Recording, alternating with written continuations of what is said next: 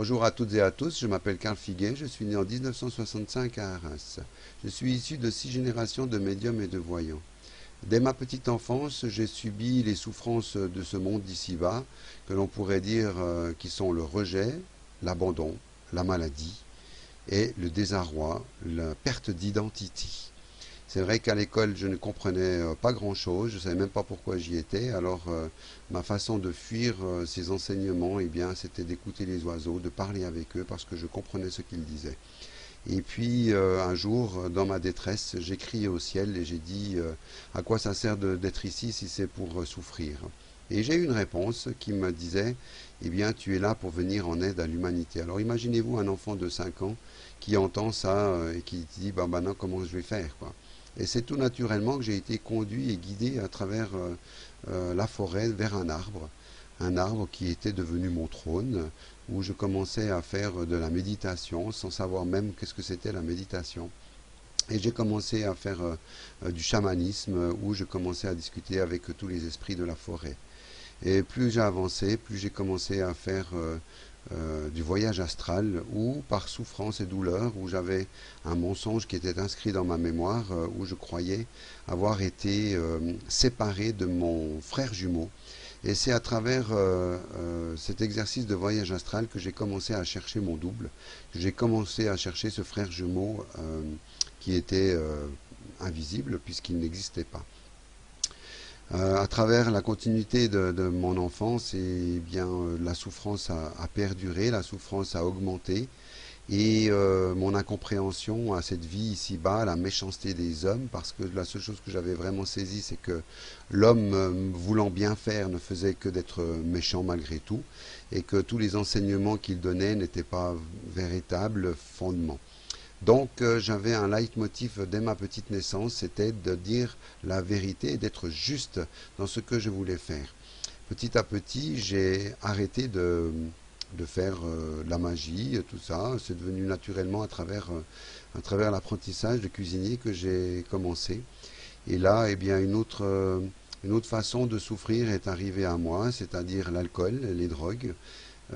Et à travers les drogues, eh ben, ça m'a réouvert ces portes ésotériques, magiques.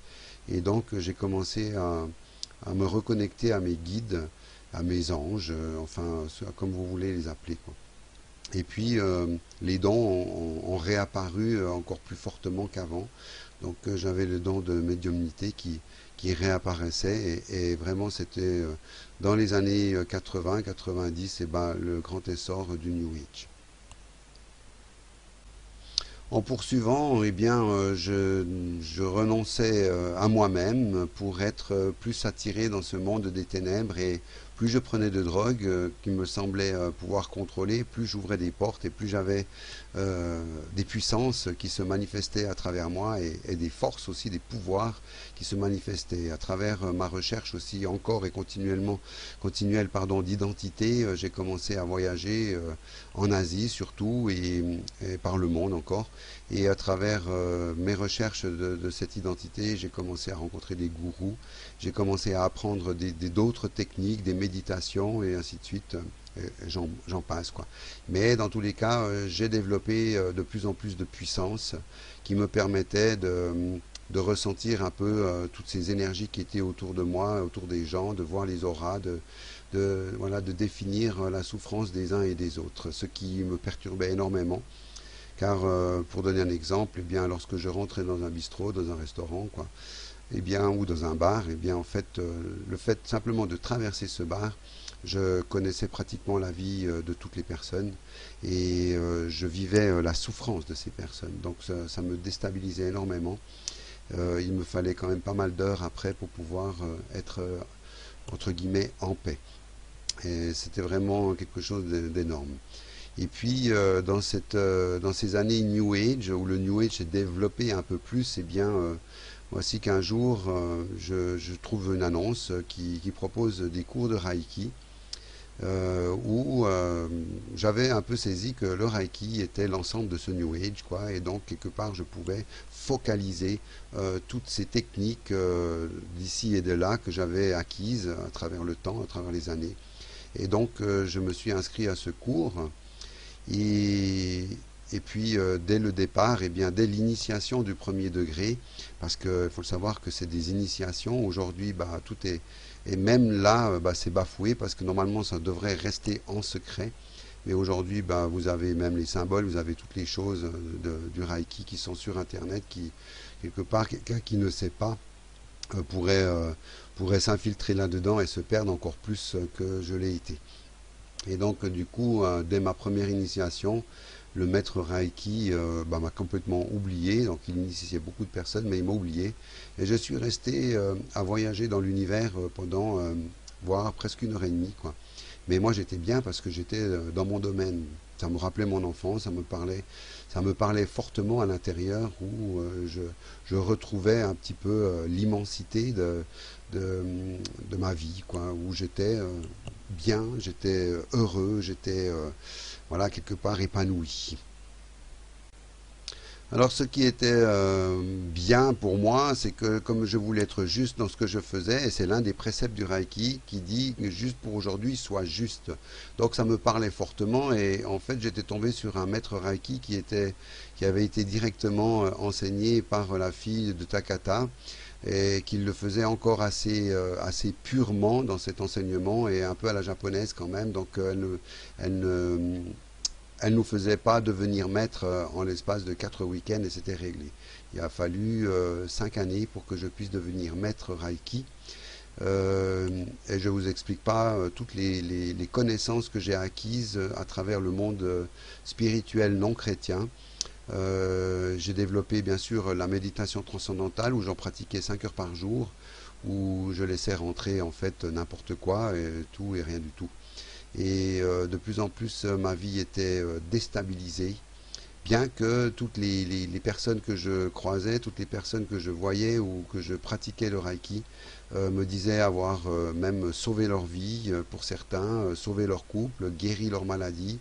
Mais ma vie à moi était de plus en plus en destruction. Et il faut savoir que beaucoup de personnes qui pratiquent le Reiki et d'autres techniques, qui étaient mariées à la base, sont divorcées en ce jour, parce que l'énergie des ténèbres ne fait pas de demi-mesure. Elle déchire votre famille, elle anéantit tout ce qui est autour de vous, parce que vous êtes dominé par un esprit de destruction. Et voilà, bien sûr, on vous dira c'est pas vrai, c'est pas vrai. Mais si vous faites un peu le rapport, eh bien vous allez voir qu'il y a bien presque 60% de personnes praticiens, que ce soit dans la guérison, dans le Reiki, dans d'autres choses, qui sont divorcés et qui donnent un semblant d'être heureux. Mais ils sont heureux parce que, entre guillemets, ils font ce que les esprits leur demandent de faire. Dès qu'on quitte notre travail spirituel avec ces esprits, avec les techniques et la magie, eh bien il faut savoir que eh bien, la vie commence à aller de plus en plus mal, et surtout pour les nôtres, pour nos proches, car le prix à payer est toujours la mort. Je suis un peu peut-être radical dans ce que je vous annonce aujourd'hui, mais la magie, la sorcellerie, le Reiki, l'ésotérisme, toutes ces choses qui sont de ce monde, issues de l'esprit de ce monde, qui est juste un esprit de tromperie, de vol. Il dérobe votre liberté, votre capacité à choisir librement, parce qu'il nous aveugle, et il nous attire dans des sphères de séduction, de tentation, de pouvoir, de puissance, même si on reste avec un cœur qu'on dit on veut faire juste. Suite à 15 ans de pratique de maître Reiki enseignant, voilà qu'un jour je m'ouvre à cette source que je voyais tourner au-dessus de moi comme un tourbillon. Et lorsque j'avais fini les incantations, ça m'englobait avec une couleur d'or comme ça, et j'étais dans la source du Reiki. Et ce jour-là, eh bien, je m'ouvre, je finis mon incantation, et au moment où ça descendait pour m'englober, eh bien, en fait, voilà, j'ai eu une révélation. La révélation d'abord qui me disait, tu n'es pas dans la bonne source. Et en même temps que je recevais cette cette donnée, cette nouvelle donnée, et bien en fait cette source qui normalement coulait avec un aspect d'or liquide, et bien est tombée sur moi, je vais le dire simplement comme de la dysenterie qui coulait sur moi, et instantanément j'ai fait un bond de côté comme pour sortir de cela, et sans réflexion aucune, j'ai déclaré plus jamais je pratiquerai ces choses-là. Et ce qui s'est avéré extraordinaire, c'est qu'en fait, moi j'avais à peu près une trentaine de téléphones par jour pour des patients qui demandaient des soins Reiki. Et pardon, et bien en fait, le téléphone s'est instantanément tu. Je n'ai plus jamais de téléphone de personnes qui me demandaient des soins ou une aide quelconque, que ce soit à travers la médiumnité ou à travers le Reiki. Ça avait été coupé, mais voilà que j'avais découvert mon état de perdition. Quand je dis état de perdition, c'est que d'un seul coup, je n'avais plus aucune valeur dans ma vie. Déjà que je n'avais pas d'identité, mais en plus, j'avais perdu toute valeur, tout lien qui me permettait de résister dans cette vie ici-bas. Et c'est avec cette souffrance que j'ai commencé à errer dans la rue. Pendant 2 semaines, j'ai erré dans la rue et où je n'ai rien dit à ma femme, que j'avais arrêté de pratiquer, j'avais assez d'argent. 2 semaines se faisant, j'arrive chez un ami qui était chrétien, mais qui n'était pas réellement ancré en Christ, malgré tout. Il buvait, il était toxicomane et tout ça. Et là, il y a un homme qui était chez lui, et je discute avec, et puis d'un seul coup, il me regarde, il me dit, toi, tu es malheureux. Et je lui dis, écoute, oui, parce que pendant toute ma vie, j'ai cherché quelque chose, et puis en fait, je viens de découvrir que j'étais dans l'erreur.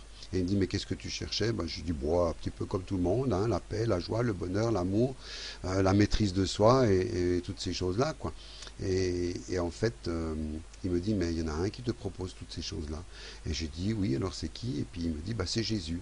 Et instantanément, je lui réponds, alors c'est quoi cette technique? Moi, j'étais assoiffé de techniques. Des techniques, j'en faisais toutes les semaines. J'avais des nouvelles techniques, en plus du Reiki que je pratiquais.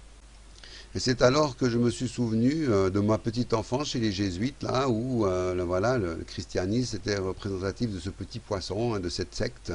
Et quelque part, je dis, mais tu veux me faire partie d'une secte, toi? Et puis, il me regarde droit dans les yeux, il me dit, mais dis-moi voir, de quelle secte fais-tu partie? Ou faisais-tu partie? Et c'est vrai que, voilà, tout est sectaire dans le monde, malgré qu'on le veuille ou qu'on ne le veuille pas. Et puis, donc du coup, il m'a donné un numéro de téléphone, et il me dit, écoute, si tu vas aller plus loin avec Jésus, écoute, voilà, tu appelles là. Et j'ai encore erré pendant 2 semaines avec un petit bout de téléphone, un petit bout de papier qui n'était pas plus grand que ça, avec un numéro de téléphone que je peux vous dire, je l'ai froissé, je l'ai serré, avec la transpiration, ainsi de suite, dans ma poche. Pendant 2 semaines, je le changeais de pantalon quand je me changeais, et je remettais ça, et toute la journée, j'étais en train de le triturer dans tous les sens. Au début, c'est vrai que je pouvais l'ouvrir pour essayer de même d'effacer ce numéro, mais tout ça dans ma poche. Et au bout de 2 semaines, j'ai déclaré, perdu pour perdu, eh bien, voilà, je vais ouvrir ce papier, je vais téléphoner. Alors, tout en espérant, il est vrai, je dois le dire quand même, eh bien, que j'avais espéré que ce numéro de téléphone, eh bien, soit effacé, que ce billet soit complètement déchiqueté, et ainsi de suite. Et à mon grand désarroi, eh bien, ce papier, j'ai pu l'ouvrir. Alors, et je peux vous dire que pendant 1 mois, vous triturez un petit bout de papier comme ça grand, et puis vous arrivez à l'ouvrir après, comme s'il n'y avait rien eu. C'était un peu phénoménal à mes yeux. Et donc, j'ai appelé cet homme, et cet homme était un pasteur. Et il me dit, écoute, je viens dans ta région dans 2 semaines. Si tu veux aller plus loin avec Jésus, eh bien, je vais t'accueillir. Et voilà que 2 semaines après, j'ai reçu ce couple, parce qu'il est venu avec son épouse. Et c'est vrai que la première vision que j'ai eue, d'ailleurs j'ai été chez mon ami chrétien, là, parce que moi je voulais pas que ma femme voie ça, parce qu'elle n'en pouvait plus de me voir faire des techniques et des techniques, ramener des choses et ainsi de suite. Et donc du coup, je voulais voir vraiment ce que c'était, vivre quelque chose de nouveau. Et donc je vois arriver ce couple en grande Mercedes bleue. J'ai dit, mais ils sont riches les chrétiens. Et puis en fait, j'ai appris plus tard que la richesse, ce n'est pas une fortune physique d'ici-bas, mais c'est une richesse de cœur, et que le royaume des cieux est immense dans sa richesse. Et donc du coup, eh bien, je les vois, il me dit, est-ce que tu veux accepter Jésus? Je lui dis, écoute, de toute façon, perdu pour perdu, je veux bien essayer. Et j'ai essayé, et donc j'ai accepté Jésus. Et eux, c'était extraordinaire parce qu'ils pleuraient, et moi, j'étais très très en colère. Je ne supportais pas ça et je me souviens m'être levé et les avoir traités d'imbéciles. Et je ne dirai pas les autres noms. Mais voilà, j'étais pas content, j'avais rien ressenti. Comme d'habitude, je ressentais toutes les énergies. Là, j'avais rien senti. Seule une colère s'était élevée en moi. Et c'est pour ça qu'aujourd'hui, eh bien, je peux vous parler de ce que c'est la foi en Jésus.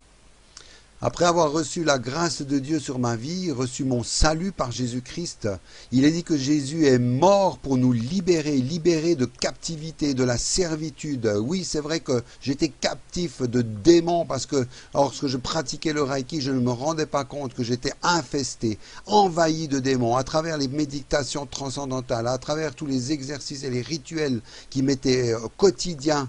Eh bien, j'étais rempli de toutes choses qui n'étaient pas bonnes, qui étaient néfastes, non seulement à ma vie, mais à toutes les personnes que sur qui j'ai pratiqué le Reiki. C'est vrai qu'à travers Christ, ma vie a changé, elle a tourné à 180 degrés, j'ai changé de sens. Ma vie à moi était plus libre, et toujours plus libre aujourd'hui, parce que je fais le choix de suivre mon Dieu, le véritable Dieu, le Dieu vivant. En Christ, nous avons la liberté de pouvoir avoir cette communion avec le Père, avec notre Père Céleste. Et aujourd'hui, je peux dire que tous les méfaits du Reiki et des pratiques ésotériques et occultes que j'ai pu avoir dans ma vie sont effacés. Il m'a fallu 2 ans de combat, 2 ans pour acquérir totalement la liberté que Jésus avait mise en moi par son esprit. Et cette liberté, eh bien aujourd'hui je la vis tout simplement, et je suis appelé à faire de la délivrance, à prier pour les gens qui ont pratiqué des choses comme moi, qui ont été dans la drogue, qui ont été dans l'alcool, qui ont été esclaves de la peur, de la crainte, parce que l'esprit de ce monde crée cette peur et cette crainte. À travers le Reiki, j'ai pu découvrir que dans la lumière, je croyais être une bonne lumière, eh bien, c'était pas une bonne lumière. Et la seule et véritable lumière, c'est Jésus, la lumière de Dieu, celui qui est venu éclairer le chemin pour aller vers le Père, pour découvrir ce qu'est le royaume de Dieu. Aujourd'hui, je suis libre de ça, je suis libre de partager ma foi, je n'ai point honte de qui je suis. Et c'est vrai que dans le monde actuel, eh bien, on voit que de plus en plus de personnes, naïves ou pas, ont choisi de s'ouvrir à l'ésotérisme, à l'occultisme, au New Age et à d'autres pratiques, que la magie et ainsi de suite, et se trouvent prisonnières, ne sachant pas pourquoi, puisqu'ils essayent de faire le bien, ils essayent de faire le mieux pour eux, ils essayent d'être maîtres de soi, et pourtant la parole dit que par nous-mêmes on ne peut rien. Et c'est vrai qu'aujourd'hui, eh bien, je peux simplement vous encourager à ne pas rester prisonnier de ces pratiques, à découvrir le véritable sens de votre vie sur cette terre, à découvrir le véritable chemin, de rentrer dans la véritable lumière, car Dieu est le Père des lumières, et d'une lumière qui est magnifique, qui est rayonnante, qui est glorieuse. Aujourd'hui, je peux vous dire qu'en Christ, on rayonne de la vie qu'il a mis, de l'espérance pour chacun, et on sort de la servitude, on sort des inquiétudes, on sort des tourments que l'ennemi a placés sur nos vies. Aujourd'hui, je vous invite à rentrer dans cette vie que le Père Céleste vous propose. Dans le nom de Jésus, soyez bénis.